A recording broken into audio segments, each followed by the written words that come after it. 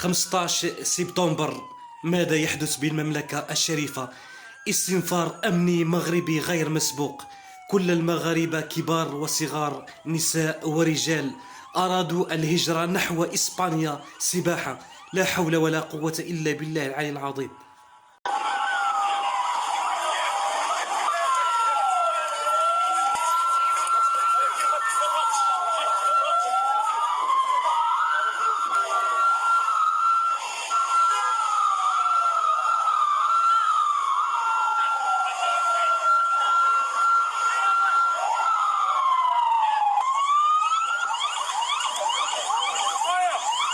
قوات الأمن محاصرة كل الطرقات.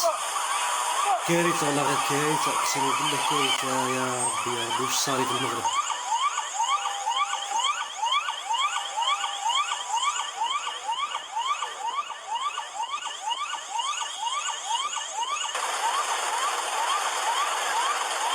الطرقات محاصرة.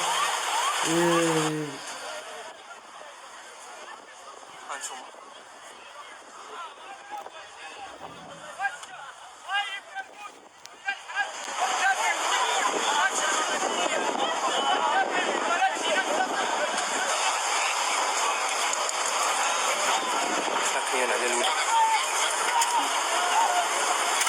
المكان.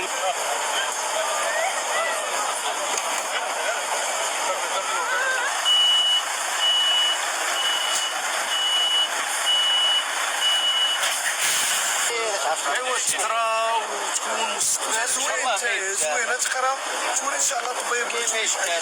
غير القرايه كتزيد الصنعه.